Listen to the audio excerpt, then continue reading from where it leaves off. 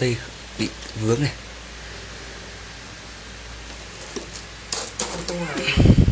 Ừ.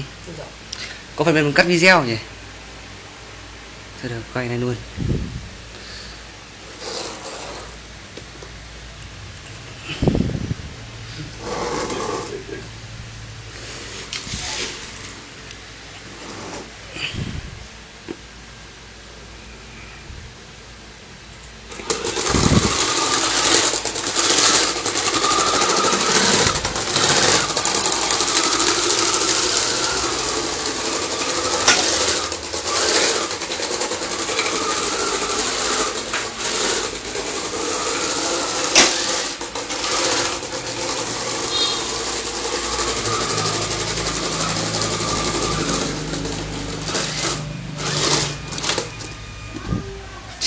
Dây không đi được.